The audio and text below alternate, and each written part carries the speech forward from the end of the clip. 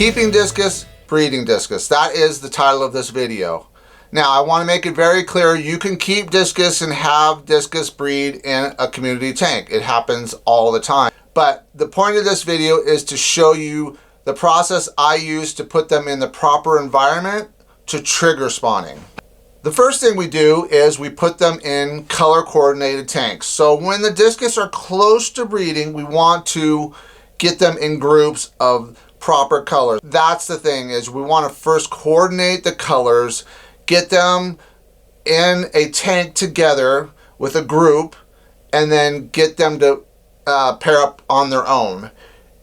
Can you force them together? Yes. Does it usually go well? No. So it's best to, if you're going to breed them, to put them in a tank all together and let them choose. So they're just more compatible. When they find a mate, they tend to stay together for life, or as long as you keep them together. All right, so the next step is I grow out my discus in tap water. So I do keep them in the hard water. I just find the minerals are a lot better for them. Now this is just a personal thing. You can raise discus in soft water, there's no difference, but you got to remember the cost too. You get a lot of wastewater with soft water if you're using RO. So that's why I tend to, after 14 days with the parents, I tend to put them in tap water and grow them out in tap water for a year. That's just something I do personally. But to condition them or trigger them to breed, I do put them in soft water. Now my soft water is about 60 parts per million, and KH is about 20, and the pH is anywhere from about 6.6 to 6.4. I just find that range for me works real well. Now this is personal, because you got to remember they're coming from an 8, so that change you want to do gradually. You don't want to just take them from hard water to soft water. You kind of want to put them in that hard water when they're growing, and then when you're ready to trigger them, you kind of just keep adding soft water. And I usually do it for about a week to 2 weeks to get them to convert all the way over. So soft water, that is the key to get them to breed. Now, it's just a trigger. This does not mean they're going to breed. This does not mean that you're going to get a spawn. It just means you're putting them in the right conditions to spawn. This is crucial, this next step. You have to make sure, if you're going to try to breed discus for profit or just enjoyment, or however you want it, whatever you want to call it, you have to have space for those grow outs. Now you'll see here that I've actually finished my fish room and I built my last rack. So right now I have 39 tanks, about 1,200 gallons. So I have been putting off breeding this discus because I've had other things going on. So I know when I'm going to breed discus, I have to be available a couple times a day minimum, so 2 times a day for those grow outs. Whether it's water changes, food, or just checking on them. You want to check on them, especially the first couple months. You really want to watch the fry if they're have deformities or if there's any issues going on, bacteria issues. But I suggest, if you're just starting out, to test your water constantly so you can kind of learn what's going on with your water and how it reacts to everything. The next thing is food. Okay, so here's the big thing. I don't feed beef heart. It's just something I personally stopped doing. All the studies I've read, it causes fatty livers, and I just noticed that I used to feed it. Now, I understand that champion discus, they want them big, and it is a great food to grow discus quick. There's no doubt about it. But you'll notice my discus, they don't grow quick. They just grow thick and as big as I need them. I mean, a 5-inch discus to me is just as good as a 9-inch discus. It's just something to do with the genetics. But beef heart will get that 5-inch discus probably to 6.5. So that's why a lot of breeders feed beef heart, is because they put a lot of size on quickly. Now, I am testing some new foods right now, and I'm always testing foods because I think foods are important.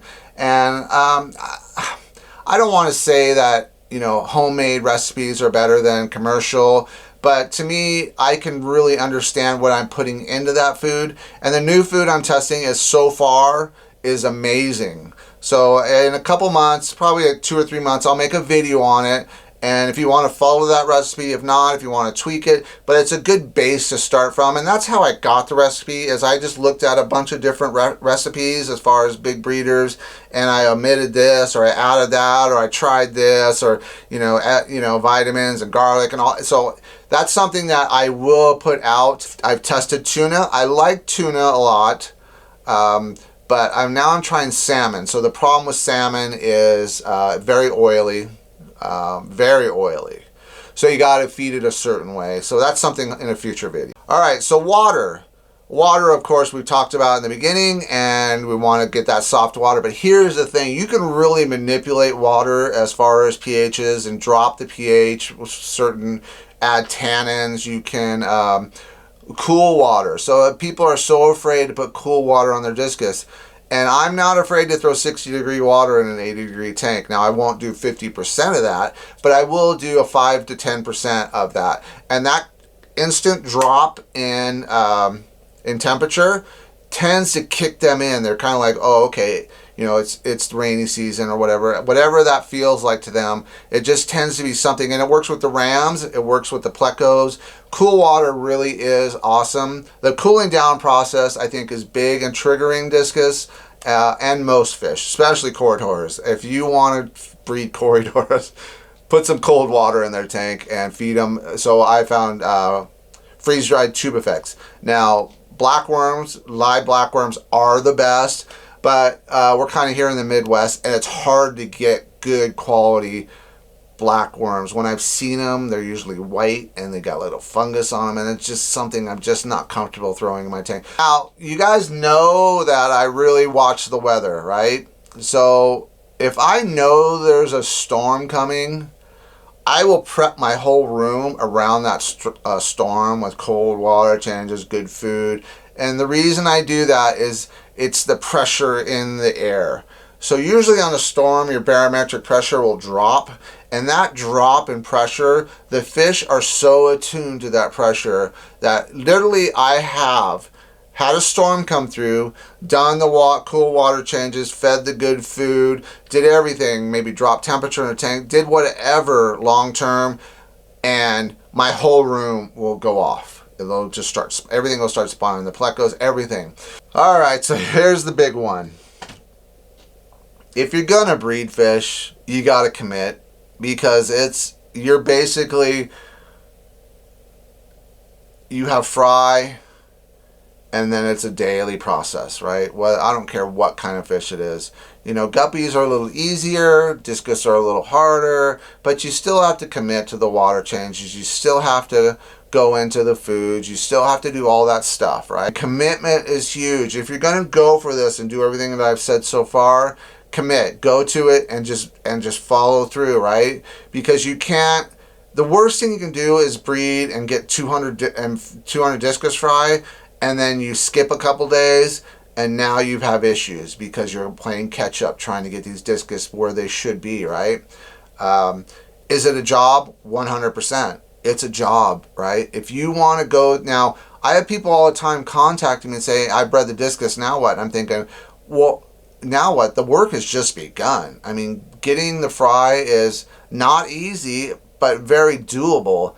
But now you have a year of commitment to get those things to size and, culling and all that stuff. That's hard, right? But the last thing you want to do is take bad fish to market, because guess what? That's your reputation, right? All right, so here's the thing. This should be first, but I'm going to do it last because I'm going to try to keep it in order to the best for you. So maybe if you want to do this, you can write it down.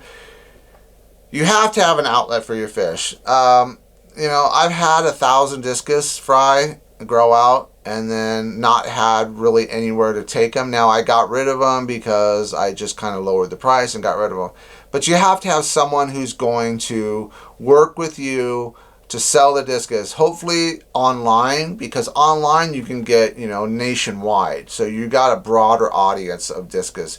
Locally, there are people that do discus, but after about 20, 30 discus, you've saturated this market. So hopefully you can find someone that's going to you're going to sell them online, which is work, lots of work, and just something I'm not willing to do because it's insane. You have to make sure that people are home. They're going to receive it. Now you got an expensive delivery. They're not happy. I mean, it just goes on and on and on. And then boxing the fish, getting labels ready, all that stuff. And it's a whole nother job. So I'm a breeder. That's what I like to do. I hate shipping fish, right? It's just something I'm just not, I don't get excited about. Just something I don't want to do. So I've made sure that before I get all these fish going, I have an outlet. Now, we have a good club here, so there, obviously I can take, but at a certain point, that levels out where you kind of saturated the local market. So if you're going to breed a lot of fish, you have to have a way to get them out, at least to the United States. Now, if you can go to Canada or you can ship across the ocean, if you want to do all that, great. That involves transshippers usually and all that stuff. But it's really important that if you're going to have fish and you're going to figure out how to do this and become really good at it, that you have someone that's willing to work with you and move these fish for you.